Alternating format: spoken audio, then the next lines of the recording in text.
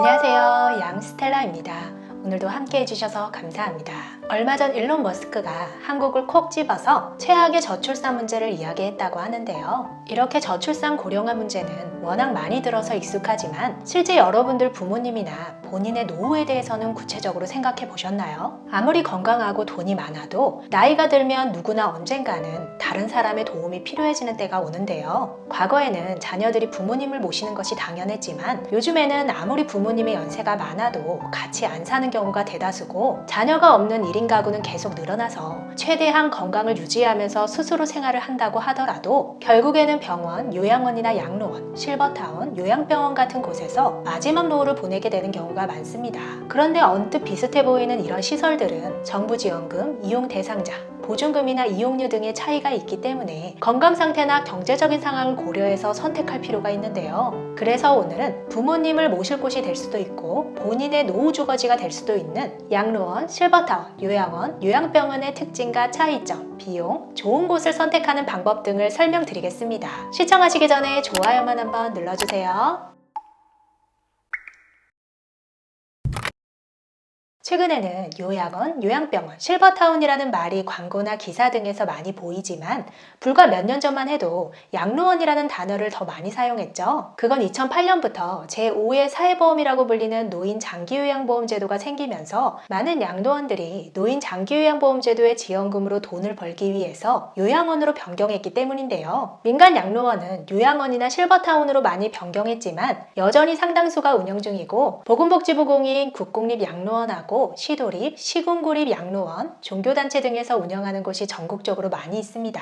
이용 대상은 만 65세 이상으로 혼자서 일상생활이 가능할 정도로 건강한 분들이 대상이고 비용은 기초생활수급자는 100% 정부에서 지원해주고 일반 국민들은 본인 부담입니다. 금액은 기본적으로 기초생활수급자만 무료이지만 지자체별로 수급자가 아니더라도 65세 이상이면서 보호자로부터 적절한 부양을 받지 못한다면 무료로 들어갈 수도 있고요. 보통 국공립 양로원은 1,000만 원 이내의 보증금을 받는 곳도 있고 보통 월 50만 원 이내로 생활이 가능합니다.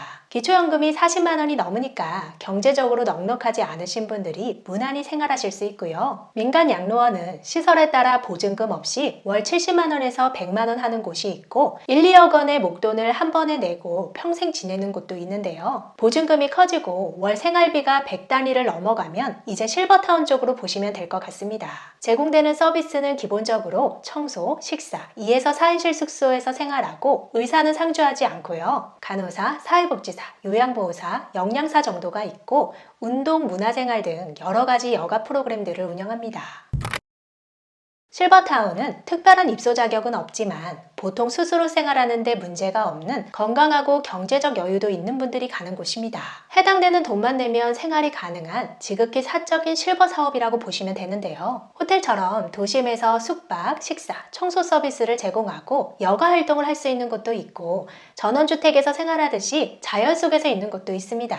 도심에 있는 실버타운은 그냥 고급 아파트 단지 같은 모습을 하고 있어서 외관상으로 구분이 안 되는 곳도 있고요. 다양한 문화, 체육 프로그램 등이 있고 독립된 생활을 하지만 여러 세대가 함께 생활하기 때문에 비슷한 연령대의 노인분들끼리 이웃처럼 지낼 수 있는 장점이 있습니다.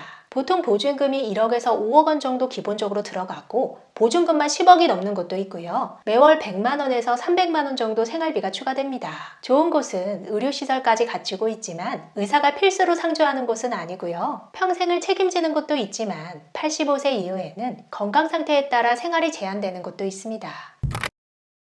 요양원은 최근에 가장 많이 생겨난 곳으로 평소에 관심이 없으셨던 분들도 관심을 가지고 주변을 둘러보시면 복잡한 시내에서도 요양원을 쉽게 찾을 수 있을 정도로 최근에 상당히 많아졌는데요. 기본적으로 국가 자격증을 가진 요양보호사가 거동이 불편한 어르신들을 돌봐드리는 시설이라고 생각하시면 됩니다. 국민 모두가 납부하는 노인 장기요양 보험금으로 지원되는 시설이라서 법적으로 규정이 많이 있는데요. 기본적으로 만 65세 이상 노인분들 중에서 노인 장기요양 등급 1, 2급을 받으신 분들이 시설급여라고 하는 정부 지원금을 받아서 이용할 수 있지만 3, 4, 5등급을 받더라도 조건을 충족시켜서 시설급여를 받고 요양원을 이용할 수 있습니다. 등급에 따라 본인 부담금의 차이가 있는 건데요. 앞에서 설명드린 양로원이나 실버타운과 비교해보면 스스로 생활하기 어려울 정도로 몸이 불편하신 분들이 장기요양 등급을 받아서 그동안에 납부했던 노인 장기요양 보험금의 보조를 받아 요양보호사들의 직접적인 돌봄을 받을 수 있는 곳이라고 생각하시면 될 것 같습니다.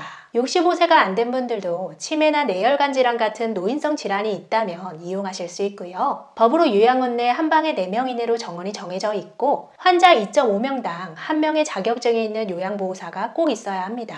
의사는 상주하지 않지만 보통 계약을 맺은 의사가 일정한 주기로 방문해서 진료를 하고요. 기본적으로 간호사도 있지만 주사를 놓는 등의 의료행위는 법적으로 할 수 없게 되어 있습니다.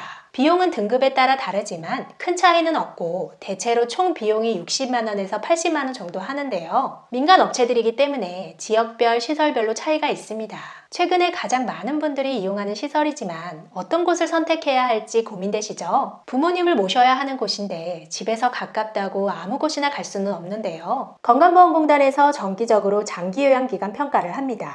50개 항목을 평가하고 A등급부터 2등급까지 등급을 매기는데요. A등급 기간에는 가산금을 지급해서 서비스 질 향상을 위한 동기부여와 직원의 처우 개선을 할 수 있도록 해주고 있습니다. 평가 결과는 노인 장기요양보험 홈페이지에서 다운로드해서 볼 수 있고요. 앞에서 설명드린 양로원, 실버타운, 요양원은 노인복지법이 적용되고 요양병원은 복지시설이라기보다는 의료법을 적용받는 의료기관이라고 할 수 있습니다. 따라서 의사와 간호사가 상주하고 있고요. 슬픈 이야기지만 빠른 회복을 위한 병원이라기보다는 거의 회복이 불가능한 노인 환자분들이 여명을 보내기 위해 입원하는 병원입니다. 그래서 수술은 전혀 하지 않고요. 관리와 보전 위주의 치료를 합니다.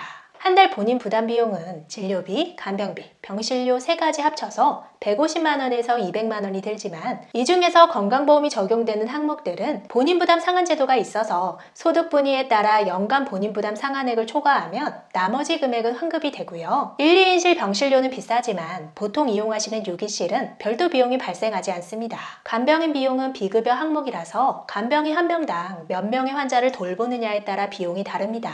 보통 수도권의 6인실 병실인 경우 하루 2만 원 정도 든다고 하네요. 요양병원도 요양원과 마찬가지로 정기적으로 평가를 해서 병원별로 1에서 5등급으로 나뉘어져 있습니다.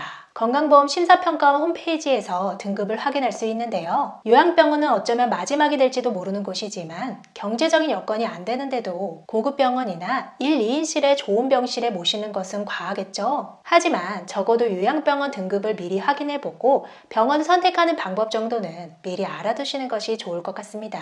오늘은 양로원, 실버타운, 요양원, 요양병원의 차이를 비교해 봤는데요. 자녀들이 직접 연로하신 부모님을 모시는 것도 좋지만 여럿이 지내는 시설에서는 대화 상대도 많으시고 여러 가지 프로그램이나 균형 잡힌 식당 등의 장점도 있습니다. 물론 건강 상태나 경제력에 따라 어떤 곳을 선택할지가 대부분 좌우되겠지만 미리 제도에 대해 잘 알고 어떤 기관이 좋은 곳인지 확인할 수 있는 방법을 알아두시면 도움이 될 것 같습니다. 끝까지 시청해주셔서 감사합니다. 영상이 유익했다면 주변 분들에게 공유해 주시고 다음 영상에서 우리 또 만나요. 오늘도 행복하세요.